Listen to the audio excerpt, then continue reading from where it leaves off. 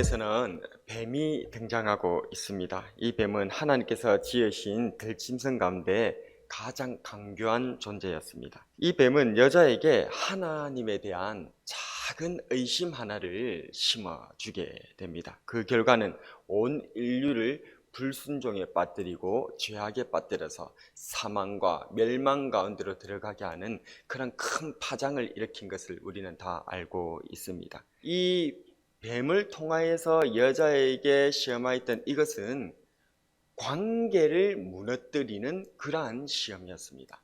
하나님과 사람간의 관계, 또 사람과 사람 간의 이 관계를 무너뜨리는 일들 말입니다. 관계를 무너뜨리게 되면 결국 하나님의 나라라고 하는 이 창조 세계를 무너뜨리게 되어지고, 또한 그것의 완성품인 하나님의 형상을 무너뜨리는 그러한 일들을 가능하게 하거든요.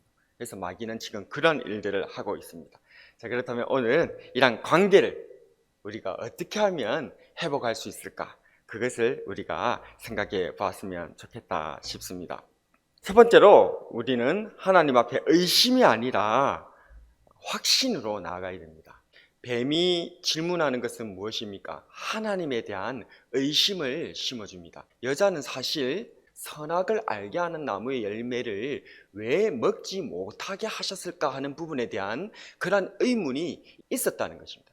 우리의 관계를 무너뜨리는 가장 핵심적인 부분들은 자그마한 의심에서부터 시작된다는 것입니다. 이러한 시험은 이 여인에게만 있었던 것이 아닙니다. 우리 구주 예수 그리스도, 우리 주님도 똑같은 그러한 시험을 당하셨습니다.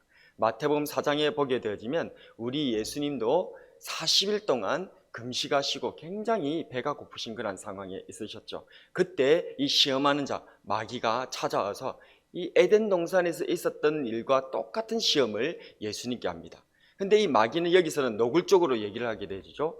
마귀가 예수님께 하는 그런 시험에서의 핵심의 대사가 있습니다. 그것은 바로 네가 만일 하나님의 아들이어든 하나님께서 너의 아버지가 아닐 수 있다라고 하는 의심. 하나님이 만약 너의 아버지라면 왜 네가 여기 굶주리고 있어? 하나님이 네 아버지인데 왜 네가 40일 동안이나 이렇게 철철 굶고 있는 거야? 하나님은 너의 아버지가 아니야. 하나님은 널 도와줄 생각이 없어. 하나님은 네가 당하는 그 고통을 즐기고 계시는 그런 분이셔. 그러므로 너는 네 힘으로 네 인생을 개척해야 돼. 네 힘으로 네가 이 난간을 타개하고 극복해야 되는 거야. 하나님은 너희 아버지가 아닐 거야. 이런 작은 의심을 심어주려고 했던 것입니다. 우리 예수님은 그런 시험에 걸려들지 않으십니다. 철저하게 하나님의 입에서 나오는 말씀을 붙들고 이 시험을 이겨내신 줄로 믿으시길 바랍니다. 마귀가 예수님께 하는 세 번째 시험에서 이렇게 말씀하셨는데, 사탄아 물러가라. 기록되었을 때 주 너희 하나님께 경배하고 다만 그를 섬기라 하였느니라. 아멘. 그 세 번째 시험은 무엇이었습니까? 천하 만국을 예수님께 보여주면서 네가 나한테 경배만 한다면 내가 이 모든 것을 다 주겠다. 그렇게 예수님께 쉬운 길을 제시한 것입니다. 십자가 없이 영광을 주겠다. 이렇게 제안을 했던 것입니다. 하나님 앞에 하나님에 대한 그런 믿음을 굳건하게 지키고 흔들리지 않았다는 것입니다. 하나님께서 나의 아버지시라고 하시는 그런 믿음 가운데 나아갔던 것이죠. 이러한 예수님께서는 주기도문을 통해서 우리가 하나님의 자녀임을 항상 고백하게끔 하셨습니다. 하늘에 계신 우리 아버지여. 우리의 입술에서 계속해서 하나님께서 우리의 아버지 되심을 고백하도록 그렇게 말씀하셨습니다. 요한복음 1장 12절에서도 예수님을 영접하기만 하면, 예수님을 믿기만 하면 하나님의 아들, 딸, 자녀가 되는 권세를 누리게 되는 줄로 믿으시기를 바랍니다. 하나님께서는 우리를 낳으시고 사랑하시는 아버지이십니다. 때로는 우리가 고난이 있을 수 있어요. 아담과 하와에게 있었던 그 고난처럼 우리의 욕망이 제한되어지고 제어되어지고 내 뜻대로 내 마음대로 안 되는 선과 악을 알게 하는 나무가 우리한테 있을 수도 있다는 거예요. 하나님께서는 우리들에게 우리 뜻대로 안 되는 일들을 주시기도 하신다는 것입니다. 왜요? 하나님을 기억해라고. 그러한 문제를 만났을 때 더욱더 하나님을 의지하고 기도하라고. 그러면 하나님께서 두 팔을 벌리고 계시고 있다가 우리를 사랑하시고 도우시고 이끄시며 우리의 팔을 붙드시고 천국으로 이끌어 인도해 주신다는 사실을 믿으시기를 바랍니다. 하나님은 우리의 아버지십니다. 의심이 아니라 믿음으로 나아가는, 그래서 관계를 회복해 나아가는 저와 여러분들이 되기를 축복합니다. 어떻게 관계를 회복할 수 있을까요? 두 번째로, 경쟁이 아니라 사랑해야 합니다. 하와는 하나님께서 선악을 알게 하는 나무 열매를 못 먹게 하신 것에 의문을 품었습니다. 그러한 그녀에게 마귀는 하나님께서 욕심쟁이이기 때문에 그런 것이다 라고 얘기를 들려주게 된 것이죠. 4, 5절을 읽어보게 되어지면 뱀이 여자에게 이르되 너희가 결코 죽지 아니하리라. 너희가 그것을 먹는 날에는 너희 눈이 밝아져 하나님과 같이 되어 선악을 알 줄 하나님이 아심이니라.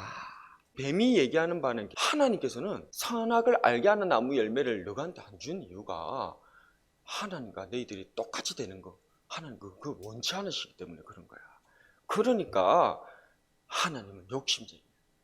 너희들이 알아서 그것을 따먹고 하나님과 똑같이 돼. 하나님과 동등됨을 취하는 거야. 왜 네가 그렇게 하나님의 족쇄 안에 매여서 그렇게 부자연스럽게 살아가? 하나님처럼 돼. 하나님처럼 그냥 자유롭게 그렇게 살 수 있어. 너희들도 그렇게 할 수 있어.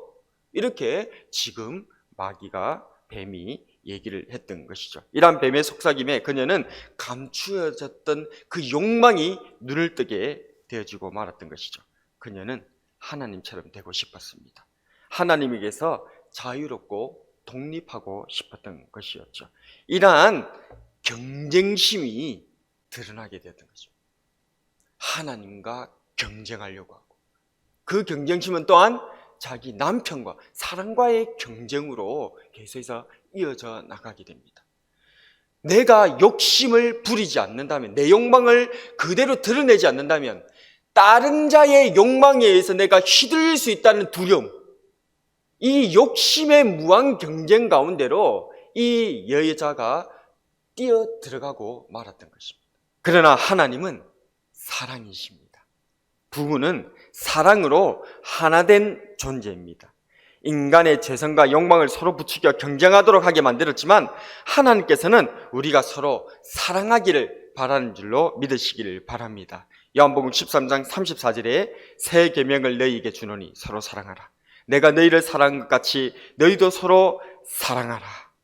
우리는 서로 경쟁하려 하지 말고 주님의 사랑으로 서로 사랑하는 그러한 사람들이 되어야 될 줄로 믿습니다. 마지막으로 어떻게 관계를 회복할 수 있을까요? 책망이 아니라 칭찬해야 합니다. 뱀은 선악을 알게 하는 나무 열매를 먹으면 눈이 밝아져서 하나님과 같이 되어 선악을 알게 된다라고 말하였습니다. 그러나 이 말은 일부만 맞고 일부는 틀렸습니다. 아니, 대부분 다 틀렸죠.